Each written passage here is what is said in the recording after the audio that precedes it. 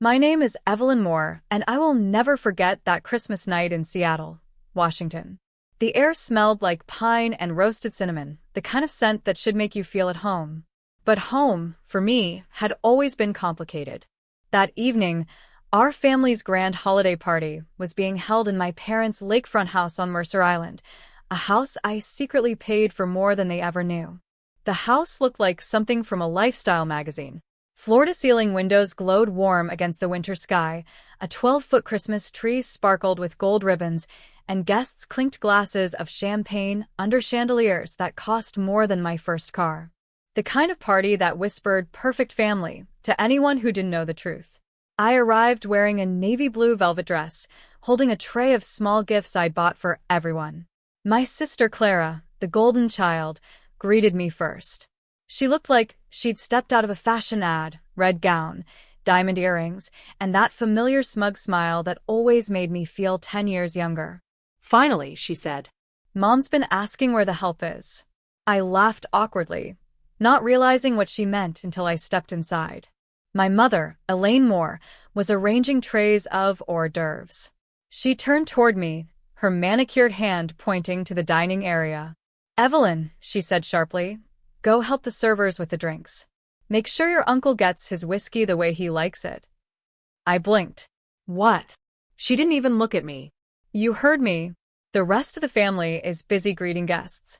Don't just stand there." For a moment, I thought she was joking. But when my father, Richard, walked over and said, "Come on, be useful for once," I realized it wasn't. My chest tightened. They weren't asking me to help. They were ordering me to serve. Like I was the hired staff, not their daughter. I tried to keep my voice steady. "Mom, I'm not serving drinks. I came here as family, not as waitstaff." That's when it happened. My father's hand came fast, a sharp slap across my face. The music in the next room drowned out the sound, but my heart heard it louder than anything. My mother gasped, not in shock, but in annoyance. "Don't start drama," she hissed. "Go home if you can't behave." I stared at them, my cheek burning, my throat tightening. "You're serious?" I whispered. "You actually want me to wait on everyone?" My father's eyes were cold. "You don't deserve to be among us," he said, his voice low but sharp enough to cut through me. "You've always thought you're better, Evelyn. Maybe serving will remind you where you stand." I couldn't breathe. I looked around, hoping anyone would step in. But Clara just smirked and said, "Maybe she'll finally be useful." That was it. I set the tray down on the counter and walked straight out the door. The cold air hit me like a slap of its own, but at least it was honest. The driveway was lined with luxury cars, BMWs, Teslas, and a white Range Rover. All of them shine under the string lights. I had arranged for those valet attendants myself. I had arranged everything. They didn't know it yet, but I had paid for this entire party. I had covered the $27,000 catering invoice, the $4,200 decorator's fee, the $3,000 worth of imported wine, and even the $1,800 musician booking. Every light, every plate, every sound was there because of my money. My parents thought Clara had paid for it through her influencer sponsorships, but in truth, she hadn't contributed a cent. She didn't even have a stable income. I had done it all because I wanted them to feel loved, to finally see that I wasn't the failure they always said I was. Standing in that cold air, I realized love had blinded me to respect. I pulled out my phone, opened the hotel contract that handled the catering payments, and smiled bitterly. It was all under E. Moore Consulting LLC, my company. I had used business funds to sponsor the event as a holiday networking expense. All invoices still require final payment confirmation before release. With a few taps, I revoked my pre-authorization. Within minutes, my phone buzzed. It was Martin, the catering manager. "Hi, Ms. Moore. We just got a system alert that your authorization for tonight's event was canceled. Should we proceed?" "Yes," I said calmly. "Please continue. But send the final bill to Richard and Elaine Moore. They'll cover it." "Understood," he said. "They'll receive the invoice in the morning." I hung up, feeling my pulse steady for the first time all evening. Snow began to fall softly around me, catching in my hair. The lights from the house reflected off the lake, warm and golden, like a lie made beautiful. I stood there for a while, just listening to the faint sound of laughter drifting from inside. My own family was celebrating in a house paid for by me, under a roof kept warm by my uncredited effort. When I finally drove away, I didn't cry. I didn't scream. I just drove through the quiet streets of Seattle until I reached my townhouse in Capitol Hill. It was a modest 3-story home, worth about $1.1 million, which I bought 3 years ago after my startup, More Digital Design, landed a $240,000 software contract with a firm in Portland. I parked in the garage, turned off the engine, and sat in silence. Inside, my living room was warm and cozy. A small Christmas tree stood in the corner, decorated with soft white lights and glass ornaments I'd collected from trips across America. I poured myself a glass of wine and opened my laptop. The family group chat was still active, photos from the party, jokes, emojis. As if nothing had happened, I smiled faintly and typed a message. Since I'm not part of the family, I won't be sponsoring it either. You'll find the Christmas party bill attached. Merry Christmas. Then I attached the invoice, $37,640 due immediately. Within seconds, my phone lit up. First from Mom, then Dad, then Clara. I didn't answer any of them. I watched the messages pile up like snowdrifts. Mom, what have you done? Dad, are you insane? Clara, you're jealous because I'm successful. Mom again, this isn't funny. Fix it now. I didn't reply. I closed the laptop and stared at the lights on my tree. Each one flickered softly, like tiny reminders that peace doesn't come from being accepted. It comes from finally accepting the truth. They had no idea how deep my involvement ran. For months, I'd been paying their household expenses, their mortgage, their utility bills, even the $12,000 down payment on Clara's luxury car, all under the illusion that it helped the family. They never once thanked me. They never asked how I could afford it. They assumed it was Clara's doing. And now they were about to learn what happens when the person they dismissed walks away. That night, I made a promise to myself. I would never again pay for people who disrespected me. I would never again fund anyone's illusion of superiority. The next morning, they would wake up to their first unpaid bill in years and realize that their so-called golden daughter wasn't the provider. I was. And this time, they would see the real price of underestimating me. The morning after the Christmas party, the Seattle sky was gray and cold. A drizzle streaked the windows of my townhouse, and I stood by the kitchen counter sipping black coffee, waiting for the inevitable storm. My phone buzzed again, and again on the marble surface. Calls, texts, voicemails, every one of them from my parents or Clara. The house felt too quiet, the kind of quiet that comes after an explosion. At 8:30, I finally picked up. It was my mother, her voice trembling between anger and desperation. Evelyn, what have you done? The hotel called. They said you canceled your payment authorization. They're demanding we settle the bill immediately.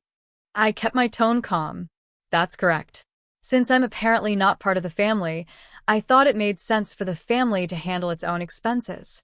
She gasped. Do you have any idea how embarrassing this is? Everyone knows you were the one who... Who what? I interrupted softly. Who paid for everything? Or who got slapped and thrown out like a maid? There was a silence, so deep that I could almost hear the rain tapping the glass. Then she said, quieter now, "You're being cruel." I took a long breath. No, Mom. I'm being fair. I ended the call before she could respond. My hands were steady, but my chest ached. Setting boundaries doesn't feel strong at first, it feels lonely. But I knew this was the only way forward. By noon, the hotel had emailed me an update. My parents' credit card had declined. Twice. The catering company followed up too, politely copying me on an email requesting immediate payment. I replied that all future communication should go directly to Richard and Elaine Moore. I attached their email addresses and phone numbers, then closed my laptop. At 3 in the afternoon, my father showed up unannounced. I saw his black SUV through the rain-streaked window. He stood outside my blue front door, his expensive coat soaked, his expression dark. I almost didn't let him in, but I did. He was still my father, even if I wasn't sure what that meant anymore. He walked into my living room and looked around. "Nice place," he muttered, eyes scanning the modern furniture, the art prints, the clean lines. "Didn't realize you were living like this." "Like what?" I asked. He turned to me. "Like someone with money." I met his stare. "You never ask." He sighed and ran a hand through his gray hair. "The party bill, $40,000? We can't pay that." "You mean you can't pay it without me?" I said. "But you never thought about that when you slapped me." His jaw tightened. I lost my temper. "You embarrassed your mother." "No," I said quietly. "You embarrassed yourself." He exhaled sharply, pacing the hardwood floor. "Look, we made mistakes. But you've been secretive. We didn't even know you were the one paying for everything. Why didn't you say something?" "Because I thought love meant helping without needing recognition," I said. "But love shouldn't make me invisible." He stopped walking. For a second, his eyes softened, the way they used to when I was little. "You've become tough," he said. "Like your grandfather." "Grandpa respected people who earned their place," I replied. "He'd be ashamed of how you treat your own daughter." That one landed. My father sat down heavily on the couch and looked at the rain outside. "So what now? You're cutting us off." "Yes," I said simply. "Starting now. I've been covering your mortgage, $3,200 a month, for almost 2 years. Your utilities, Clara's car, and even Mom's boutique rent in Bellevue. That's nearly $60,000, Dad. You've been living on my money without realizing it." His head dropped into his hands. "I thought Clara was helping. She said she had sponsorship deals." "She doesn't," I said. "She's been lying. She's been using me as her wallet while you called her your pride." My father didn't argue. He just sat there, quiet and pale. After a long pause, he said, "We'll pay you back." I almost laughed. "You can start by paying the Christmas bill. Consider it lesson 1. He stood slowly. "You've changed." "No," I said. I finally stopped pretending. When he left, the house felt heavier but also cleaner, as if something toxic had finally started to clear. I went upstairs to my office, a small room overlooking the neighborhood, and opened my laptop again. My design firm, More Digital, was doing well. We just secured a new marketing contract with a Chicago tech startup worth $85,000, plus 2 smaller clients from Portland. My business had grown quietly while my family ignored me, assuming I was struggling. They had no idea my net worth had crossed $500,000 last spring. I opened my accounting software and reviewed the past 2 years of transactions. Line after line, every transfer I'd made to my parents' account, every bill I'd paid. The total reached $62,480. I exported the document, printed it, and wrote across the top, "For your records." Then I slid it into an envelope addressed to my parents' house. That night, I made soup and ate alone at the kitchen counter, my mind oddly calm. The hardest part wasn't cutting them off, it was accepting how long I had allowed myself to be used. 2 days later, the inevitable explosion came. Clara called, furious. "Do you have any idea what you've done?" Mom's been crying nonstop. Dad's in his office trying to figure out how to take out a loan. "You mean to pay for the party?" I asked. "The one where you watched them humiliate me?" "Oh, stop acting like a victim," she snapped. "You always play the martyr. You could have just told us you were paying for things." I laughed bitterly. "And you could have told them the truth, that you weren't." She paused, caught off guard. "You think you're so righteous," she said finally. "But you just wanted attention. Congratulations, Evelyn, you've got it." "Good," I said. "Maybe now you'll all remember who kept your lights on." I hung up before she could answer. I didn't feel proud. I didn't feel vindicated. I just felt empty. Sometimes justice doesn't come with joy. It just removes the weight. That evening, I received an email from the hotel confirming that my parents had finally settled the invoice. The subject line read, "Final payment received. More family event." I stared at it for a long time, then closed it without opening it. It was done. But the silence that followed was worse than the noise. A week passed without a single call or message from anyone. My phone stayed still, my family stayed quiet, and my house stayed warm but lonely. I told myself that peace sometimes feels like emptiness at first. Then, on the 8th day, an envelope arrived in my mailbox. It was from my father. Inside was a short note written in his sharp, businesslike handwriting. Evelyn, you were right. We owe you more than money. But I will start there. Enclosed is a check for $5,000, our first payment. Dad. There was no apology from my mother. No signature from Clara. Just that note and the check. I sat on my couch, holding it, unsure whether to laugh or cry. It wasn't much compared to what they owed, but it was something. Proof that they finally understood who had been holding everything together. I folded the note and slipped it into a drawer. For the first time in years, I didn't feel like the forgotten daughter. I felt like the author of my own life. And deep down, I knew this wasn't the end. This was only the beginning of my family learning what accountability really costs. A week had passed since that disastrous Christmas night, but the echoes of it still lingered in every quiet moment. My phone barely stopped vibrating, but I ignored most of the calls. I'd done enough explaining. I owed them nothing. Not my words, not my time, and certainly not my forgiveness. That Tuesday morning, an email arrived from the Emerald Lake Catering Group, the company that had handled our entire Christmas event. The subject line read, "Final payment overdue. Immediate action required." I almost smiled. They had copied my parents, as well as the hotel's accounting department. My parents' polished image of control was crumbling in the most public way possible. 2 hours later, my mother called. Her voice was trembling, and I could tell she was crying. "Evelyn, please," she said. "They're threatening to involve collections. This is humiliating. People will talk." I leaned back in my chair, watching the rain blur the Seattle skyline outside my window. "People already talk, Mom," I said calmly. "You just never cared what they said about me." "Evelyn, please," she whispered. "We were wrong, but you can't do this." "I can, and I already did," I replied. "It's not cruelty, it's accountability." The line went silent, and I could hear her trying to compose herself. When she finally spoke, her tone had shifted from pleading to defensive. "You've changed," she said bitterly. "Yes," I said, "because I had to."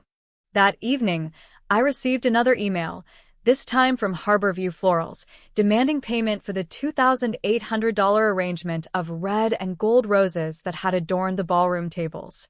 Apparently, my parents had tried to use their credit card again, and it had failed. I wasn't surprised.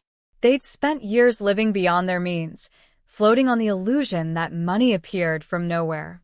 That illusion had just evaporated. 2 days later, I received a call from Grace, the hotel's event manager, the same woman who'd handled our booking. Her voice was warm but hesitant. "Ms. Moore, I just wanted to let you know that your parents are struggling to complete the payment.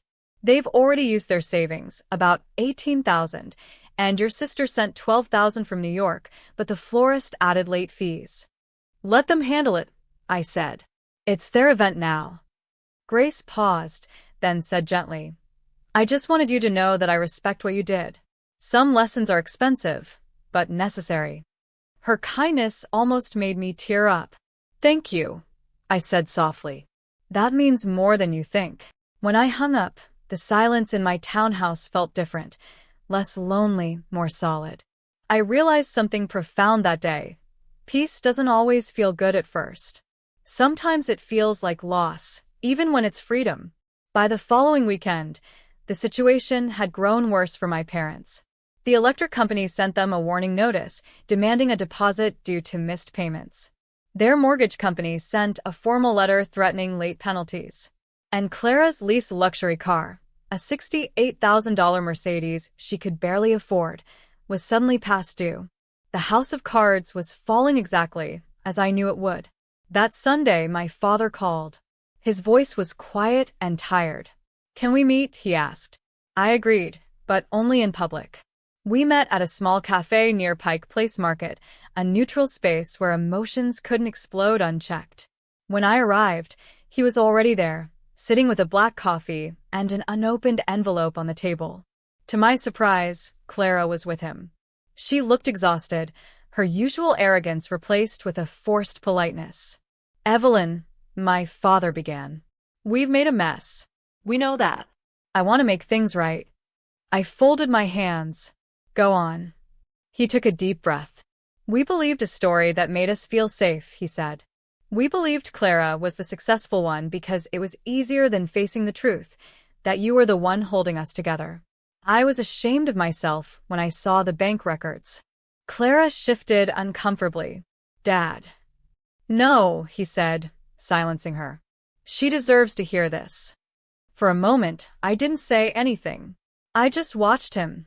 The same man who had slapped me in front of our family finally looked small. "So, what now?" I asked. "I don't expect forgiveness," he said. "But I want to fix what I can. Tell me what I owe you." I reached into my bag and pulled out a neatly printed sheet. "This," I said, sliding it across the table. "It's a summary of every expense I've covered over the past 2 years. Mortgage payments, utilities, car loans, insurance, the Christmas deposits, everything." He unfolded the paper and read silently. The total sat at the bottom in bold, $58,440. Clara's face went pale. "That can't be right," she whispered. "It's accurate," I said flatly. "I'm not asking for every dollar back.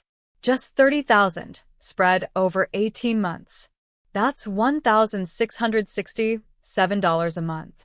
No interest, no penalties, just consistency." Clara's voice rose. "That's cruel." I looked at her. "No, Clara. Cruel is watching your sister get slapped at a party she paid for. Cruel is taking her money and pretending it came from you."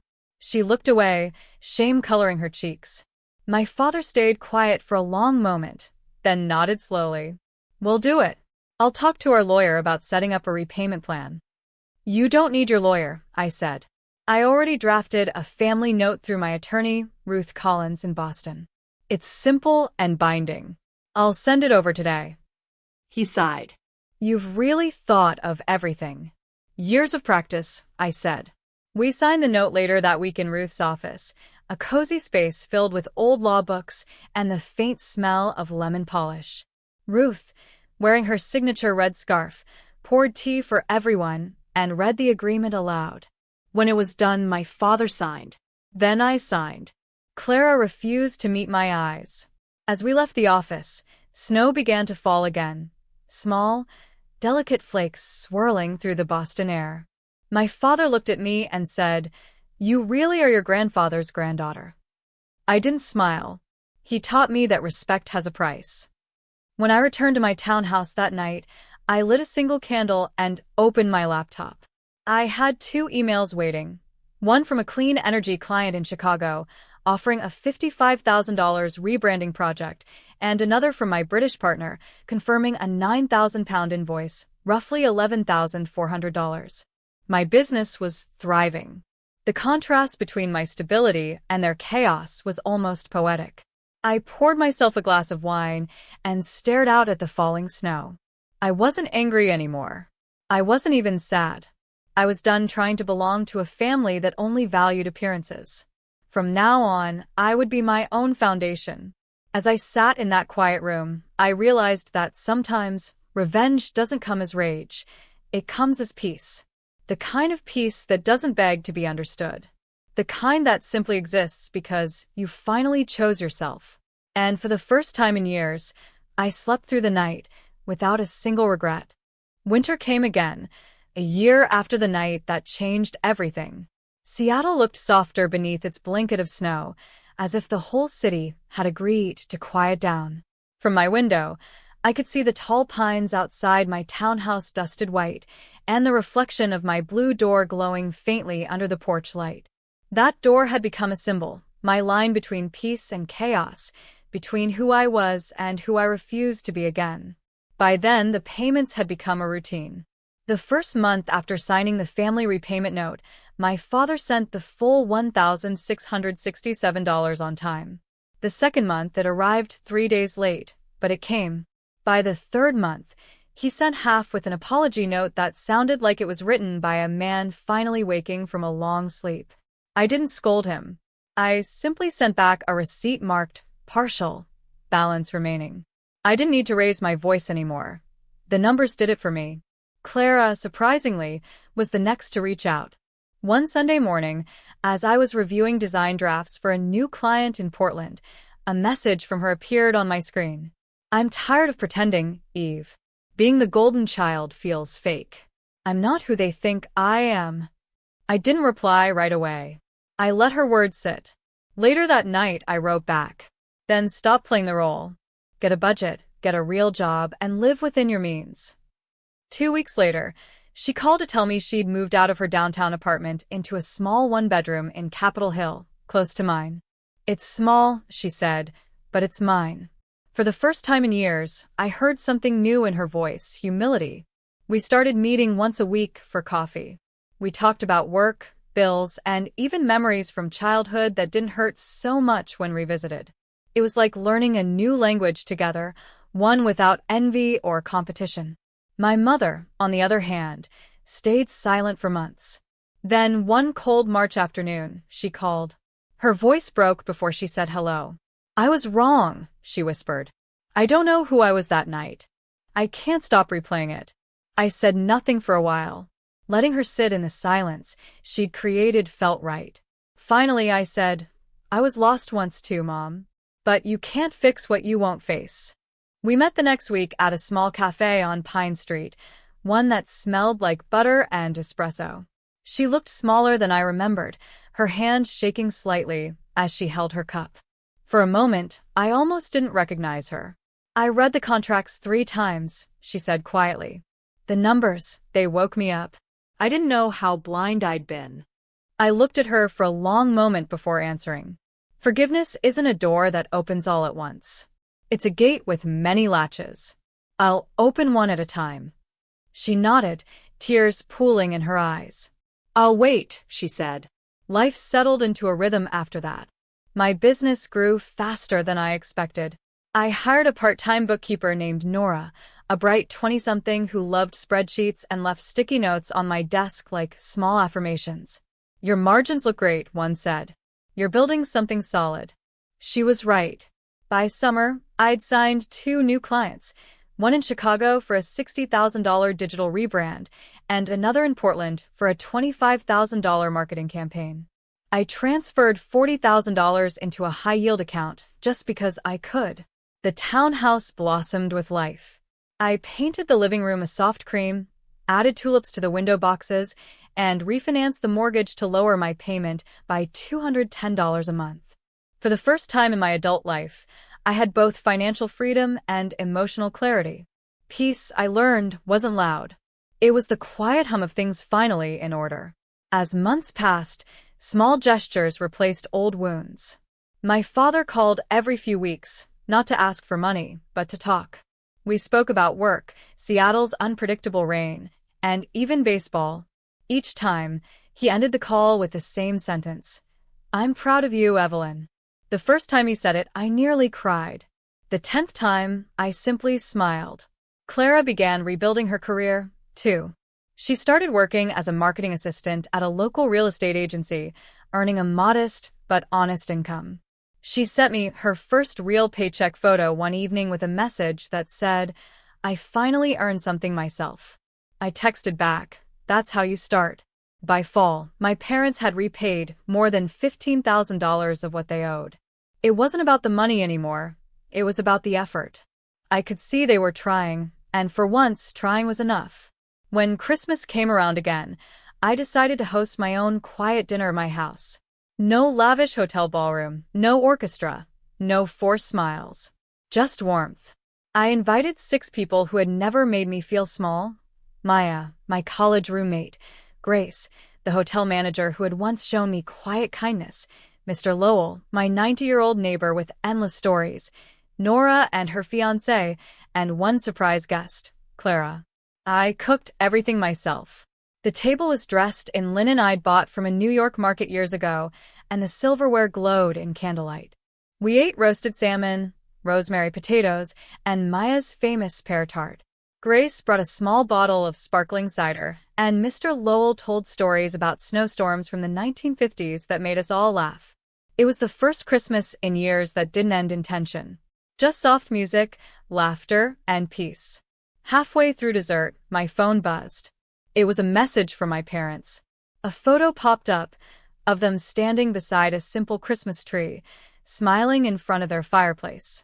My father held a small box wrapped in silver paper. Underneath the photo was a short message. Merry Christmas, Evelyn. Inside this package is our 10th payment. We are learning. Thank you for your latches. Mom and Dad. I didn't reply right away. I just stared at the picture, letting the quiet truth sink in. They looked different, not perfect, not redeemed, but human. And that was enough. After my guests left, I walked around my little brick house. The candlelight flickered softly across the walls, and I felt a deep calm I hadn't known I was capable of feeling. I thought about that cold bench outside the hotel a year ago, the sting of my father's hand, the humiliation, the anger. And then I thought about this moment, standing in my own kitchen, surrounded by laughter and kindness, my life finally belonging to me. Forgiveness didn't come as a grand gesture or a single word. It came in steady payments, small acts, honest conversations, and the quiet strength of boundaries held firm. I didn't forgive all at once, and I didn't forget. But I found balance. I learned that money speaks, but so do boundaries, and sometimes silence says the most. Before bed, I blew out the candles, washed the last plate, and looked out the window. Snow was falling again, soft and steady, just like peace. Someone had put on a record downstairs. Faint jazz floated up the stairwell. I smiled, turned off the lights, and whispered to myself, I'm not a guest in my own life anymore. Outside, the city slept under white silence, and for the first time, I truly felt at home.